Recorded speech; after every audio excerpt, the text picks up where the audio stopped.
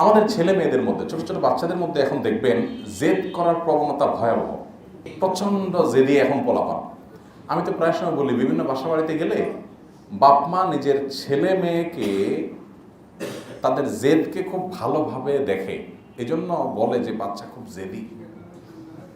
মানে এমনভাবে বলে যে এটা কি, এটা গুণের ব্যাপার, বাচ্চা যে অসুস্থ এটার খবর।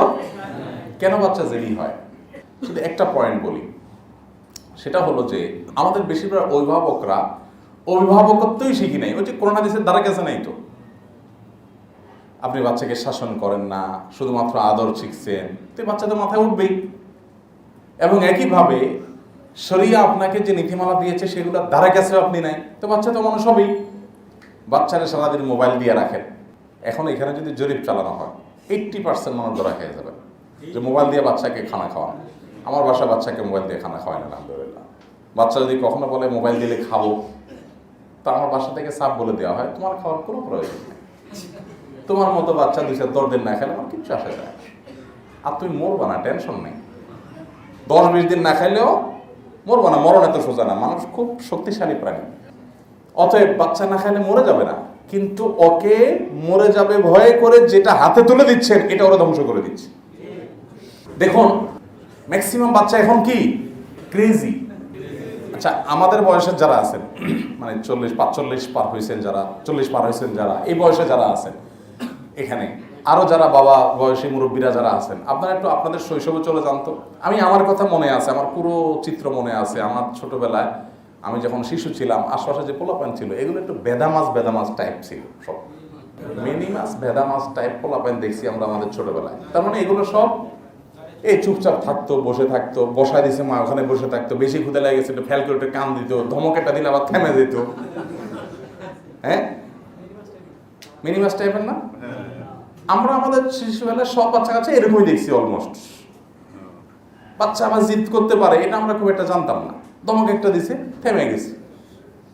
বয়ের ঠেলা, আপনার বাইরে একটু বেশি খেলাধুলা হয়ে গেছে, যখন শৈশবে কৈশোরে চলে যাচ্ছি তখন এবার ঘরে চারপাশে ঘুরতাম মায়ের ভয়ে, যে আজকে মায়ের তো একটাও নিচে নেই, ঝুলাইয়া পিটানি হবে।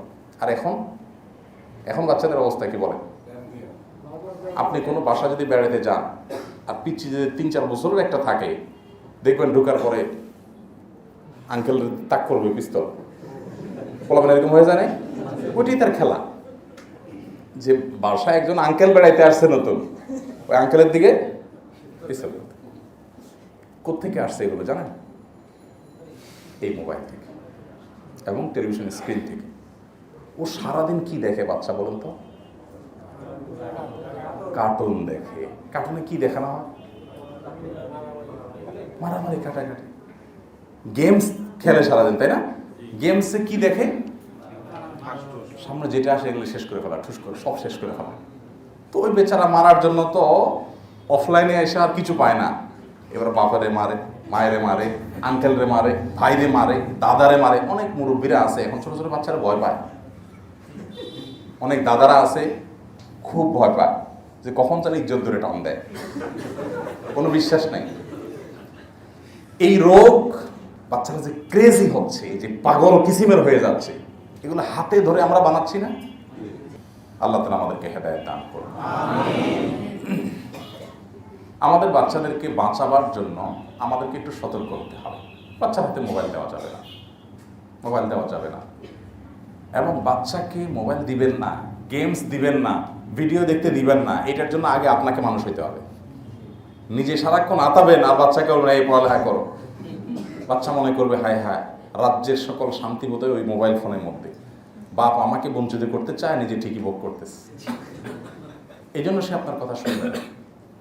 আপনি নিজেকে কন্ট্রোল করতে হবে। আমরা সব এখন ডাইরেক্ট হয়ে গেছি। ডাইরেক্ট হওয়া বুঝেন? ডাইরেক্ট হয়ে গেছি আমরা, মোবাইলের মধ্যে এমনভাবে আসক্ত হয়ে গেছি। এখন তো অনেক মুরব্বীরই দেখা যায় যে সারাদিন ফেসবুক স্ক্রল করে, আঙ্গুলের এখানে অণুবীক্ষণ যন্ত্র দিয়ে তাকাইলে দেখবেন যে ক্ষয় হয়ে গেছে। এত টানতেছেন, এত টানতেছেন, এত টানতেছেন। আর এটা আজীব জিনিস যে আপনি যত টানেন ও আপনাকে বলবে না যে এন্ড, দ্য এন্ড বলবে, যে শেষ আর নাই নিচে বলবে। নেট যদি দুর্বল হয় ঘুরবে, যে অপেক্ষা করো অপেক্ষা করো অপেক্ষা করো, তোমাকে আরো নিচে নামানো হবে, তুমি আরো নিচে নামতে পারবা। নামতেছেন নামতেছেন, সকাল থেকে রাত পর্যন্ত টানছেন, তারপরেও শেষ নাই। আল্লাহ রাব্বুল আলামিন আমাদেরকে এর ভয়াবহতা থেকে বেঁচে থাকার তৌফিক দান করুন। আল্লাহর কাছে এগুলোর জন্য জবাবদিহি করা লাগবে ভাই, এই সময়গুলোর জন্য জবাবদিহি করা লাগবে কি লাগবে না বলেন? তাহলে আমরা তওবা করব, আমরা সময় নষ্ট করব না, সময়ের অপচয় করব না। আল্লাহ আমাদেরকে সেই তৌফিক দান করুন।